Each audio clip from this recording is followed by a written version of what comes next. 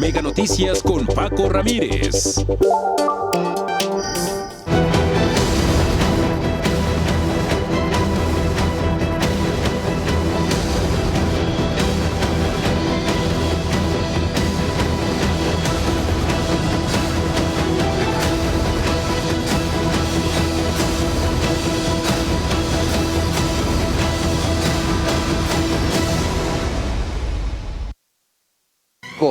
Patético el espectáculo de los últimos días en la Secretaría de Educación Pública y en la Administración Federal. Mire que el despido de un director X termina en un show que hasta estas horas se mantiene este hombre atrincherado en lo que fueron sus oficinas. El llamado arquitecto de los nuevos libros de texto, esos que hemos platicado aquí, cargados de errores garrafales e ideología por encima del aprendizaje, se negó, dicen, a cumplir indicaciones y terminó acusando de corrupción en la SEP. Morena, en todo esto, vive una severa crisis en su interior. Y le recuerdo nada más, Scherer, Jesús Ramírez, Laida Sansores, Ricardo Monreal, ahora Marx Arriaga y Mario Delgado. ¿Quién pone orden en la casa? Vámonos a los datos duros con Jorge Chaparro.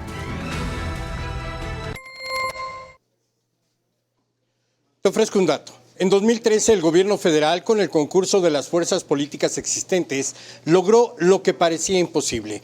Le arrebató al magisterio una parte del control de plazas e impulsó la carrera del servicio profesional docente.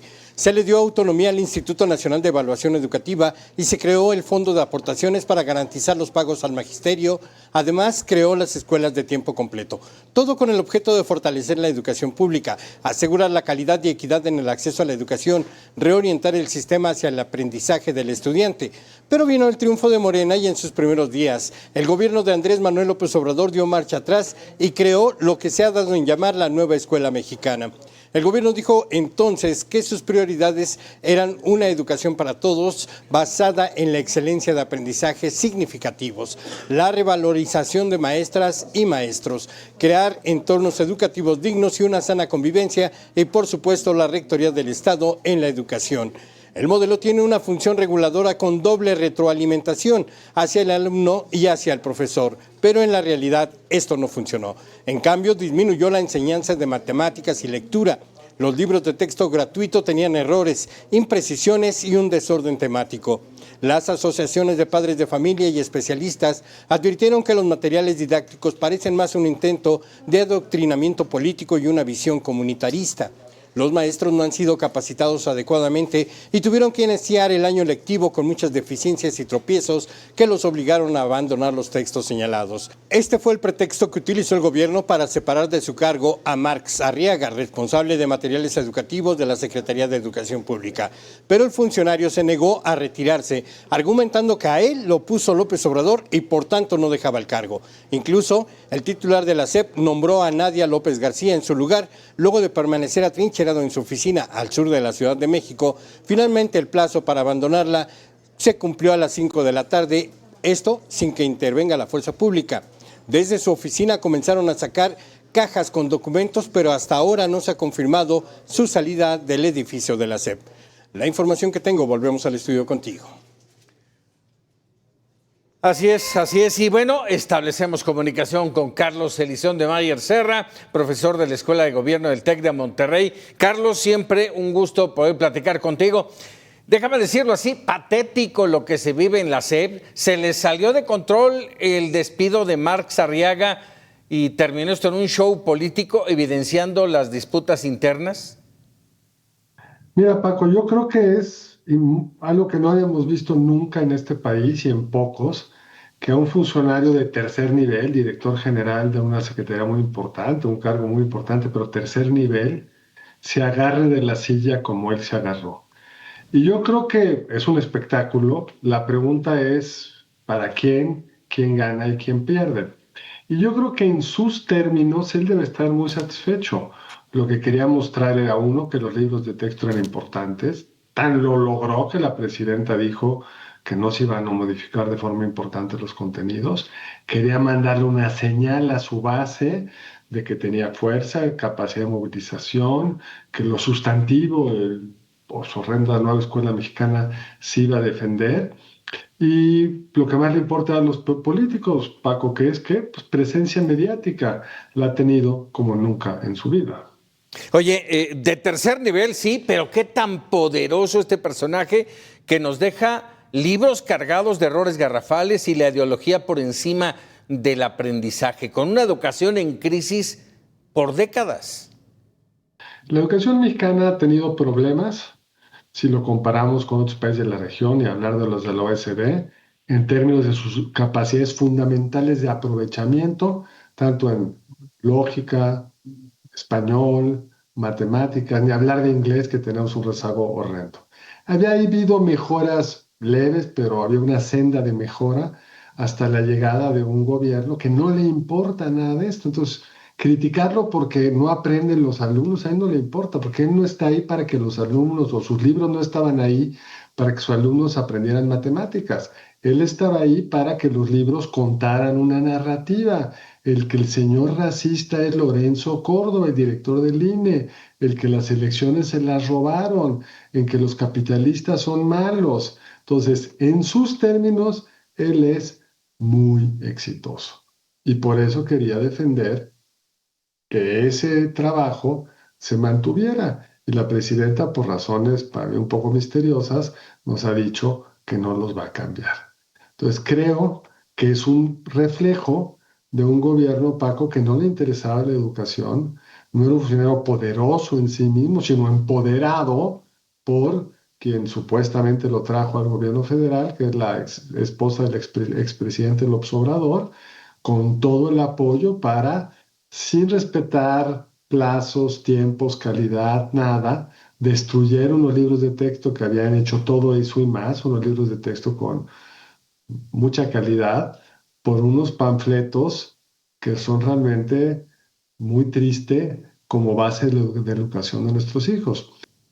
Ahora, esto es tan solo una muestra, pero ¿qué está pasando, Carlos, en Morena?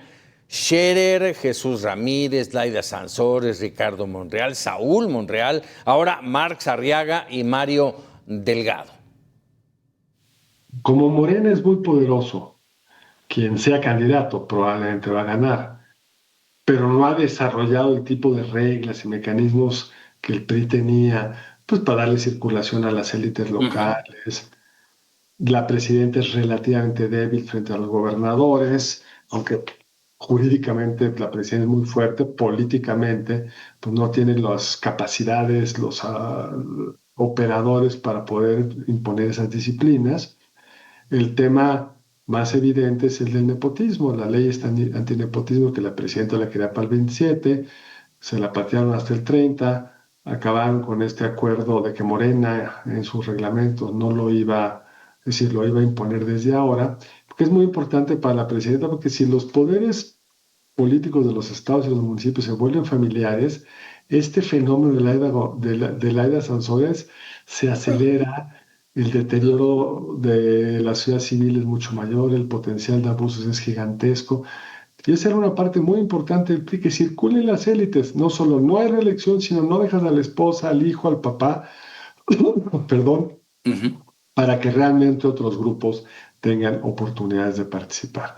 Pero claro, un estado como el de Zacatecas, que ya lleva 2 Monreal, pues uno puede decir es legítimo que el tercer Monreal diga, pues yo también, ¿no? Yo creo que lo correcto es lo que está tratando de imponer la presidenta, pero insisto, no tiene los instrumentos, las capacidades para hacerlo, o vamos a ser más claros, vamos a ver hasta dónde le alcanza su poder para frenar a alguien como el señor Monreal Saúl, y también lo que estamos viendo en San Luis, que ya destaparon a la esposa del actual gobernador. Ahora sí, vamos a ver hasta dónde, pero la presidenta tomará ahora sí el control rompiendo con el expresidente. La presidenta tiene el poder y ha tomado muchas decisiones que son de alguien que tiene el poder. Tenemos el sistema judicial que tenemos porque ella decidió impulsarlo. El régimen energético que tenemos porque ella decidió defenderlo. O sea, las cosas que pasan en México son fundamentalmente su decisión. Lo que no ha podido es imponer el control en la burocracia, por un lado, que es lo del señor Marx Arriaga. Nunca se había visto un tercer nivel hiciera algo así. Entraba el presidente, si quería comprar cambiar un tercer nivel, lo cambiaba. Pero hay como esta regla no escrita, por lo menos, pero que se menciona, que si alguien fue nombrado por López Obrador, Claudia Sheinbaum no lo puede cambiar, que es absolutamente absurdo. Y no hay ninguna restricción real, es simplemente asumir sus funciones constitucionales y hacer un gabinete y un equipo que sea plenamente de ella.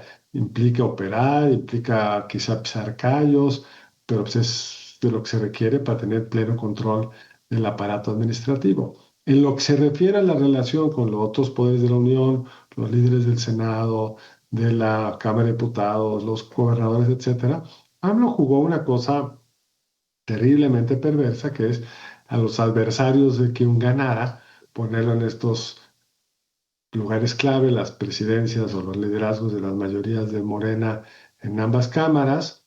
Monreal ha sabido jugar el espacio de una forma bastante institucional, a don Augusto mucho menos, y la presidenta ya logró por lo menos quitarlo, aunque no logró poner a alguien suyo, porque no tiene equipo. Ella viene de un mundo muy tecnocrático, de ser el brazo derecho de Andrés Manuel López Obrador.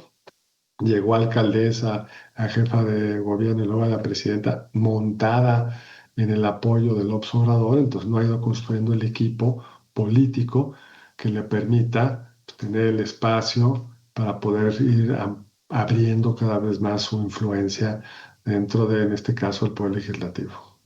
Carlos Elizondo Mayer Serra, gracias siempre por estos minutos para Mega Noticias. Y vamos a continuar con más.